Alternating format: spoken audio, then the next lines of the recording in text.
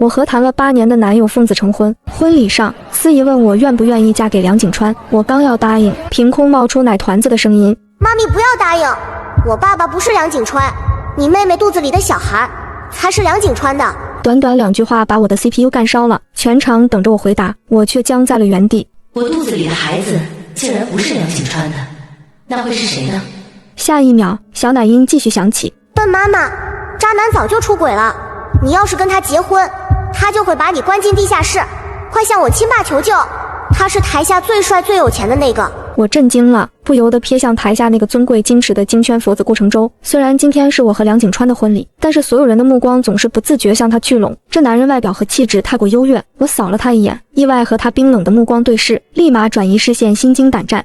乖宝宝，你知道他是谁吗？首屈一指的霍氏集团总裁，身边从来没有女人，你怎么可能是他的小孩？就算梁景川穷点儿，你也不能故意泼脏水不认爹啊！乖，认清现实吧，现场认别的爹已经晚了，下辈子重新投胎吧。我安慰了下奶团，以为他只是嫌弃梁景川穷，所以不肯认，却没想到奶团子直接大叫：“你忘记你有一次从酒店里醒来的事了？你老公和你妹妹把你骗进酒店，想把你献给客户，结果你走错房间，当时你身边躺着的男人就是顾承舟。”我大吃一惊，他是顾承舟，我以为是梁景川。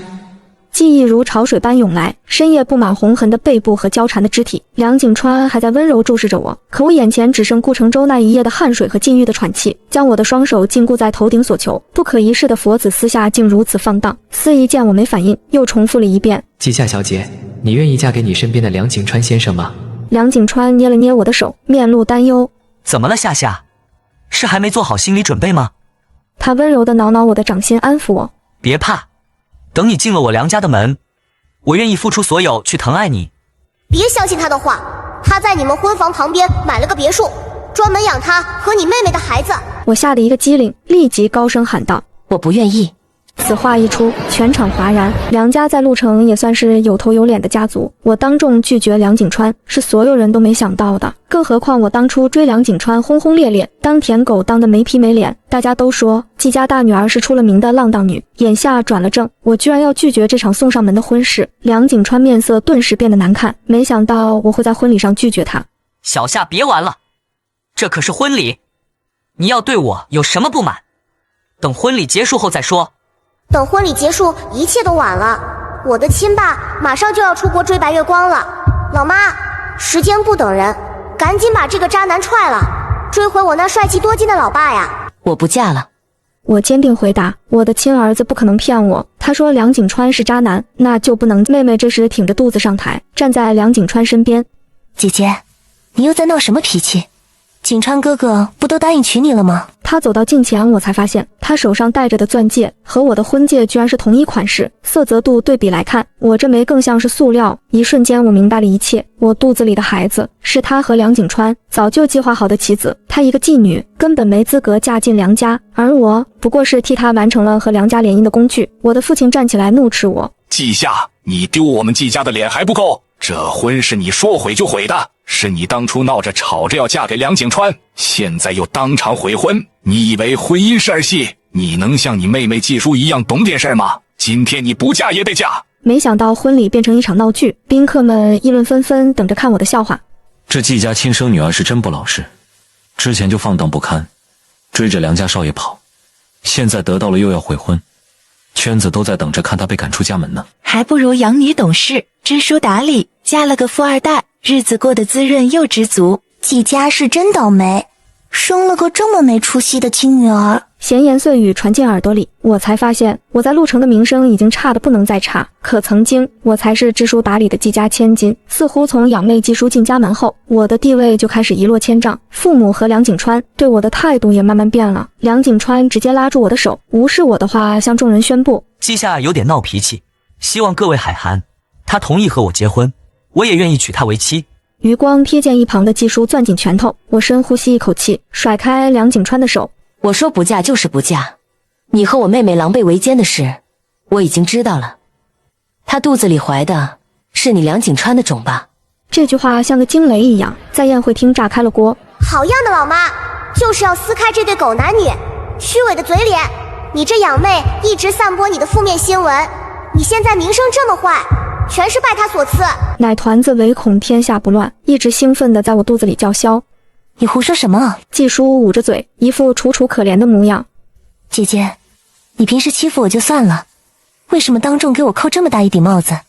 你怎么可以拿我的孩子当你逃婚的借口？听了他的话，梁景川的脸色由心虚转变为镇定，义正言辞道：季夏，你太过分了，你就算不想结婚，也不该污蔑我和你妹妹。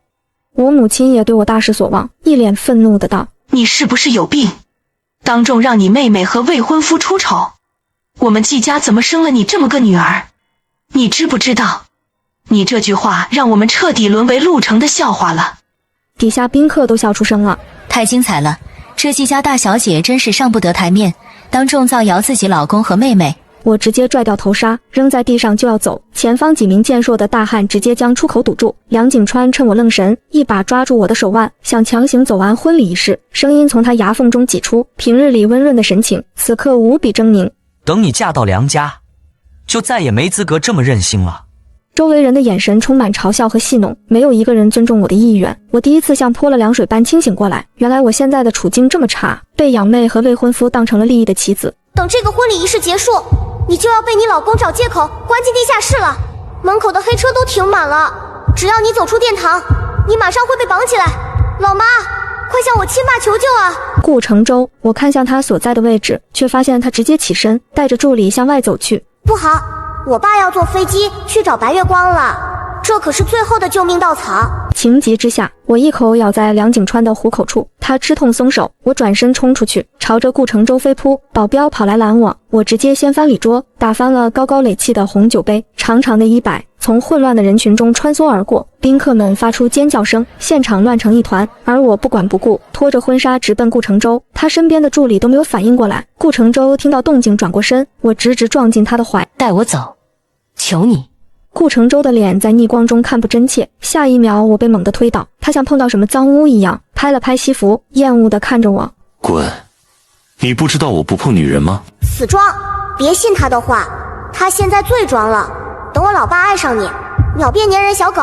顾承周转身又要走，我死死抓住他的裤脚不让他离开。身后脚步声赶来，梁景川和保镖跟上来将我钳制住。我的父母恐惧地看着顾承周隐隐发怒的表情。对不起，顾爷，我这女儿竟是有点失常，冒犯了您。果断时候，我们亲自上门向您赔罪。梁景川也接话，神情卑微。顾爷，怪我没看好女朋友，我回去会好好看管她的，还请您多多包涵。季叔则一脸痴痴地看着顾承周，这个几乎全陆城女人都倾慕的男人。顾承周没答话，低头看我拽着他裤腿的手。季叔也看过来，抬起高跟鞋狠狠踩在我的手背上。姐姐，你怎么能冒犯顾爷？快松手！我惨叫出声，顾承周趁机将裤脚抽走，冷漠的大步离开。眼见着他的背影就要消失，我惊慌地朝他大喊：顾承周，我肚子里的孩子是你的！顾承周突然停下来，气氛陷入了诡异的安静。宴会厅的客人们齐刷刷看向我，眼神不再是嘲弄，而是像看傻子。季叔没想到我会拉顾承周下水，满眼幸灾乐祸，在我耳边小声道：姐姐，你想攀高枝儿，也打错主意了吧？顾承周可不是随便能攀附的男人。他说的没错，所有人都知道顾承周不近女色，厌恶和女人接触，手上的佛珠是他断情绝爱的证明。上一个不怀好意接近他的女人，断手断脚成了一座墓碑。这女人是不是在找死啊？我以为她只是犯贱，没想到是神经病，敢惹顾爷的，没一个好下场。众人屏住呼吸，等待着顾承周发作。果不其然，顾承周转过身，抿着唇，满脸寒意，冷漠的眼神如看死人一般盯着我，捻动手中佛珠，喃喃道：呵，我的孩子，季小姐可真敢说，整个路程还没有谁大胆到挺着肚子来我面前冒充。我听过你的名声，已经放浪到在自己的婚礼上认领别的男人当孩子父亲了吗？佛珠声响在安静的大厅，一声一声震人心肺，是顾承周要发怒的征兆。梁景川赶紧按住我的头往地上磕，边磕边向顾承周认错：对不起顾爷，他真的脑子不正常，您就饶了他这一次吧，快给顾爷道歉，快！看梁景川丝毫不在意我说孩子不是他的事，就知道他心里也清楚，肚子里孩子不是他的，他只是想控制我，为以后光明正大和季叔偷情。老妈别怕，只要有证据证明孩子是老爸的，他不会不管你，只要有了顾家做靠山，这些欺负你的人都会遭到报应的。证据吗？我苦笑，我哪来的证据？我甚至都不了解顾承周这个人。我母亲冲上来，猛地扇了我2个耳光，怒声骂道：“快跟顾爷道歉！你是想害死我们季家吗？”顾承周高高在上的看着我，我狼狈的像尘土蛆虫，那一夜的沉醉如同幻觉一般不真切。突然我想起什么，抬头对顾承周平静道：“顾爷，我看到那块玫红的胎记了。”此话一出，顾承周愣了一下，虽然他表情没变，眼中却写满惊讶。他的玫红色胎记在腹部下面，十分私密，不是亲近的人根本不知道。大厅其他人都面面相觑，不明白我在说什么。季叔却很聪明的打岔：“姐姐，胎记人人都有，你怎么能拿这种无聊的证据来证明和顾爷有关系？这么多年，不知道多少女人耍过类似的手段了。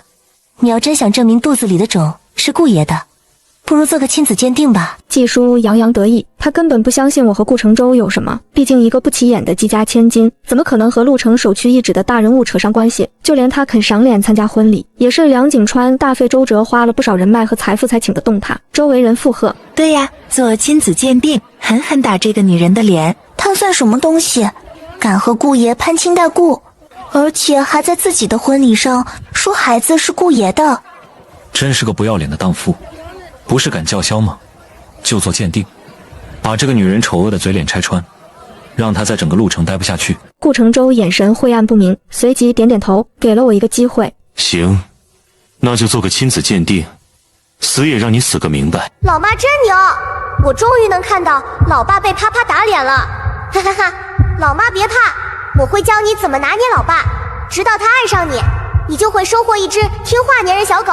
很快，婚礼上的闹剧就被传得沸沸扬扬。顾老爷子接到消息，赶快杀到了现场，看到我被私人医生抽血，站在一旁表情忍不住欣喜。太好了，在我活着的时候还能抱到孙子。顾承周冷笑：“待会儿被拆穿，希望他还能完好无损走出这里。”我闭上眼，任凭血液从我体内流出。我的父母在一旁心惊胆战，生怕我连累季家。梁景川脸色黑到能滴墨，在他的婚礼上，他的未婚妻亲自鉴定其他男人的孩子，即便对方是顾承周，他也感到奇耻大辱。幸好老妈没嫁给这个姓梁的，她在盘算婚礼结束后怎么折磨你呢。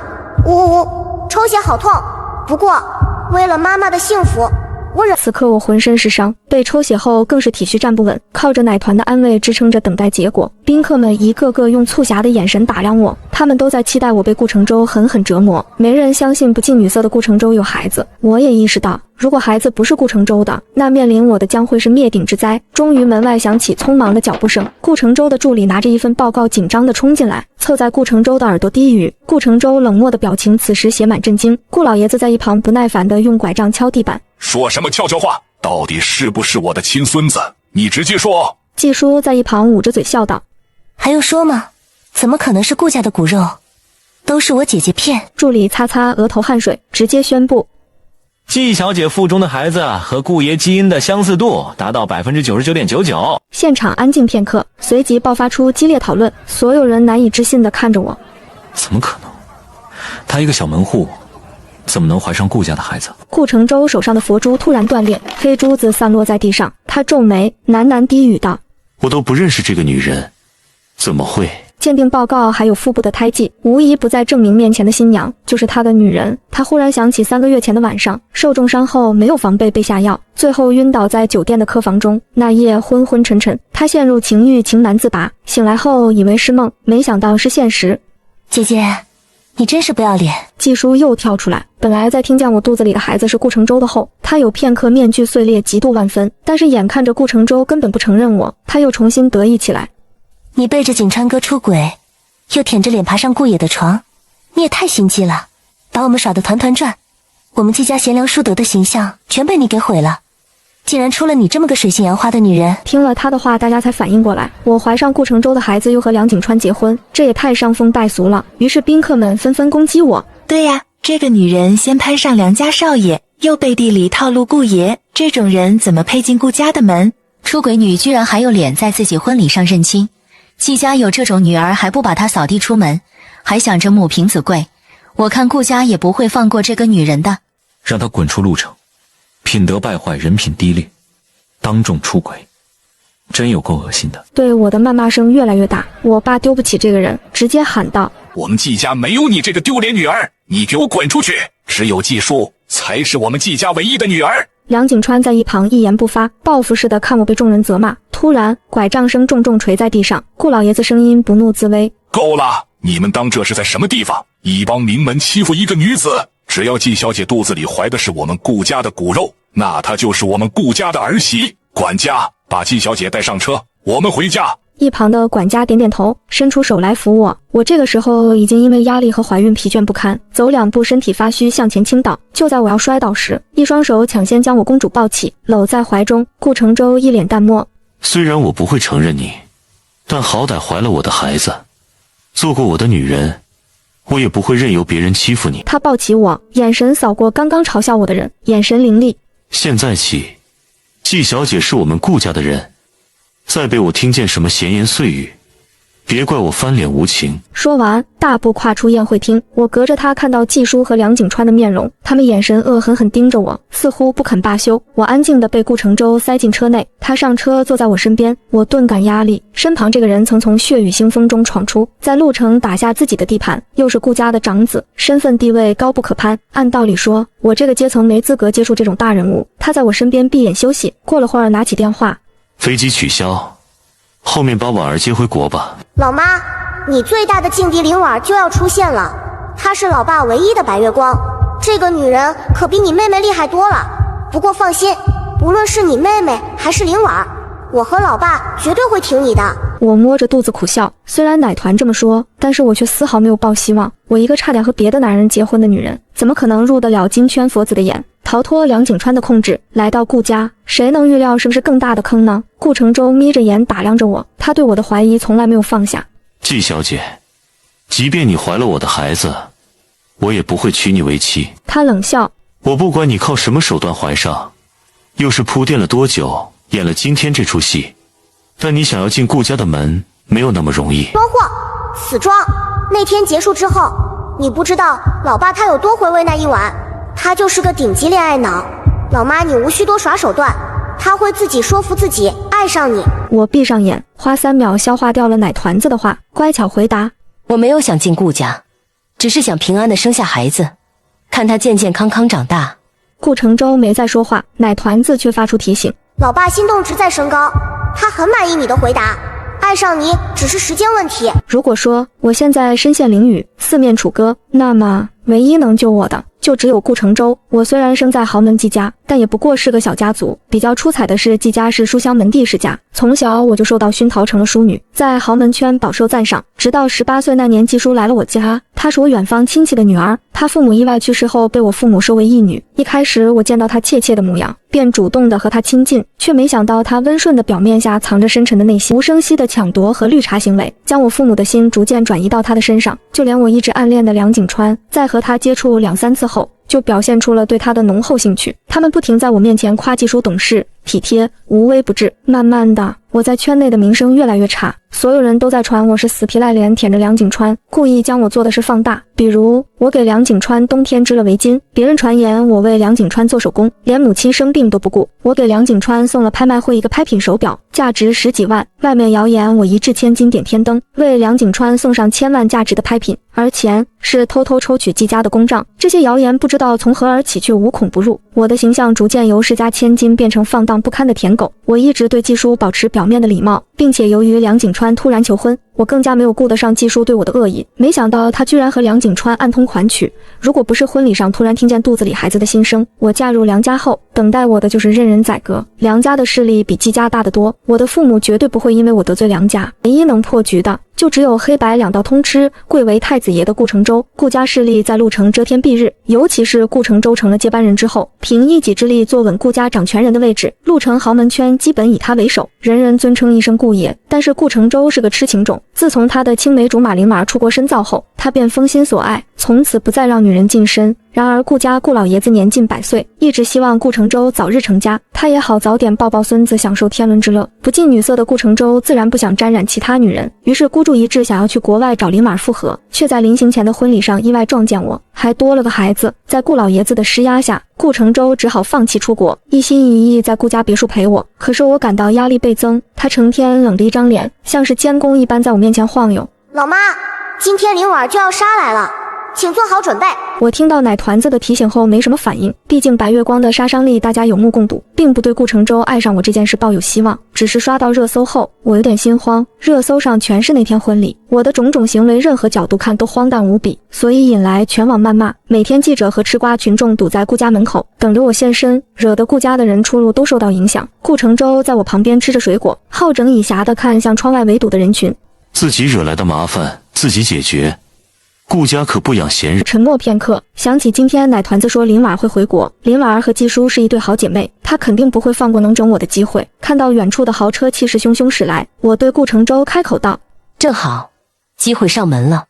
顾家别墅的门一打开，亭亭玉立的美女站在门口，眼波流转，甚是动人。身旁的顾承周向前走了几步，我一下就知道她是林婉。能让顾承周痴情多年的女人一定十分出色。林婉如她的名字般温婉，亲昵地拉住顾承周：阿周，好久不见。她看都没看我，反而是远处跟着的季叔挑衅地看着我。哟，姐姐，你逃到这儿来了呀？耍手段怀了顾爷的孩子，怎么没有见他对外宣布要娶你呢？林婉这才像注意到我一般，楚楚可怜地看着顾承周。阿周，他是……顾承周实话实说，她是我孩子的妈。林婉噎了一下，像受了伤一般落了几滴泪，随即走过来拉住我的手。既然你怀孕了，那要好好照顾自己。即便阿周不能娶你，但顾家是大家族，我不会赶走你的。语气俨然一副女主人的样子，她话里话外都将我摆在小三的地位。顾老爷子却睨了一眼林婉。顾家娶谁做儿媳都轮不到外人做主，你回去收拾一下，准备晚上的接风宴吧。当初自己一意孤行丢下阿周跑去国外，现在想起来回头了。林婉脸色一白，顾承周拍拍她的肩膀安慰她，她才神色渐缓。季叔路过我，冷笑道：姐姐，今晚的宴席我会让你彻底滚出陆城。我淡定回道：好啊，看是你滚还是我滚。没想到一向包子的我会顶嘴，季叔瞪了我一眼，得意地拉着林婉离开。老妈小心，今晚你妹妹要联合林婉重新亲子鉴定，要诬陷你呢，你快告诉老爸，让他替你想想主意。我笑着拍拍肚子，安慰奶团：放心吧，没有你爸，妈妈也会靠自己解决这次危机。我的身份很特殊，宴席上只有顾老爷子很照顾我，以儿媳妇的待遇让我待在他的身边，来来往往觥筹交错，宾客们全都用奇怪的眼神打量着我。听说她就是季家之前的大女儿，脚踩2条船，在梁家少爷婚礼上怀了顾爷的孩子，当场悔婚，并和顾爷做亲子鉴定，手段真是高啊。这不用这么下作的手段，不是被顾家接来了，还敢出现在婉儿小姐接风宴上，真是厚脸皮。不知道顾爷唯一心上人就是婉儿小姐，怀了人家男朋友的孩子，不是小三是什么？我端着水杯，面不改色地听着那些流言。季小姐！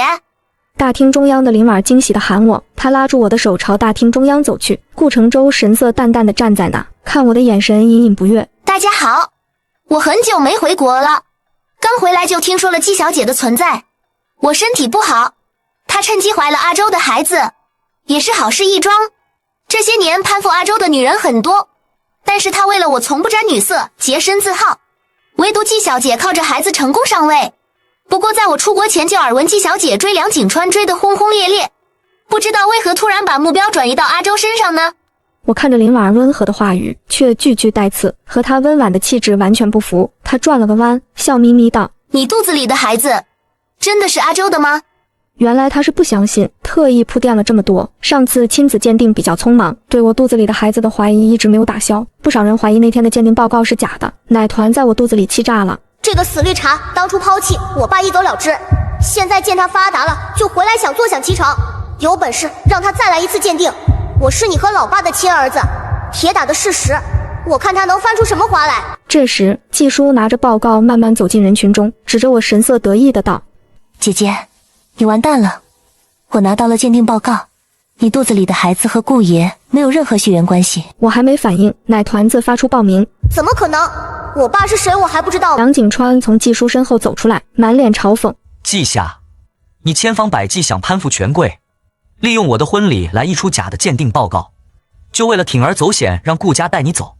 可现世报来的就是这么快，你的伎俩一下就被我们拆穿了。只要重新去鉴定，很快就能得出真相。你就是个彻头彻尾的骗子，欺骗我多年的感情，在我的婚礼上当众退婚，并且和别人做亲子鉴定。你这个女人也太贱了。记者的闪光灯不停闪烁着，他们一直在报道我是个多么没下限的女人。我母亲看我的眼神堆满了失望，不断摇头否认。她不是我们的女儿，我们和她已经断绝关系了。季叔把报告扔在我的脸上，一副胜利者的姿态。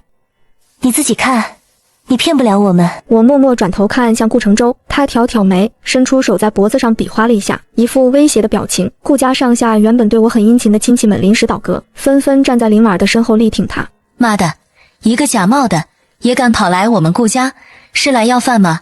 害我们浪费时间给他好脸色。只有顾老爷子坚定地站在我的身后。事情还没有结果，你们谁都不能对季小姐乱下定论。我蹲下身捡起鉴定报告，看着嘚瑟的季叔和林婉儿，打开报告微微一笑。你们心太急，所以根本没有仔细看内容，对吧？没有血缘关系的不是我的孩子和顾承周，而是你季叔和你老公。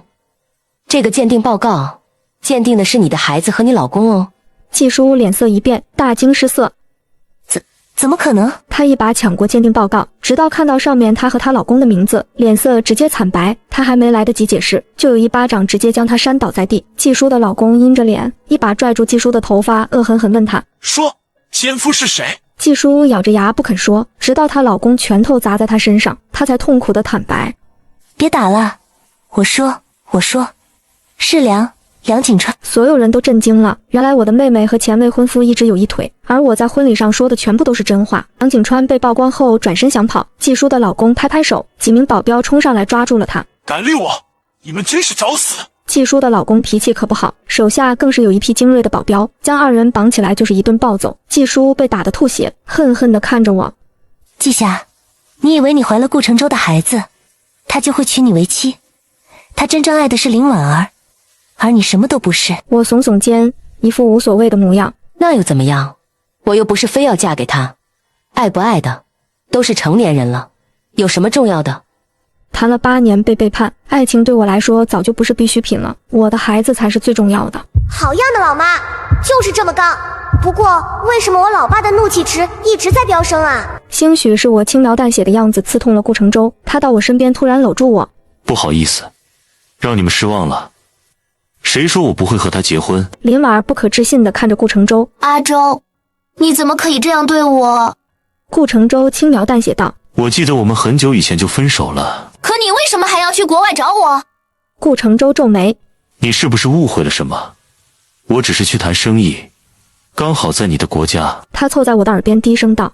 小看你了，还以为你真是个没用的包子性格。哦耶，老爸老妈终于走到一起了，我能顺利出生了。奶团子兴奋极了，老爷子也很开心，当即拿出一个礼盒，里面是一只玉镯。这是顾家的祖传宝物，你带上吧。怀了我的乖孙，一定受了很多委屈吧？我想拒绝，却被顾承周强行带上。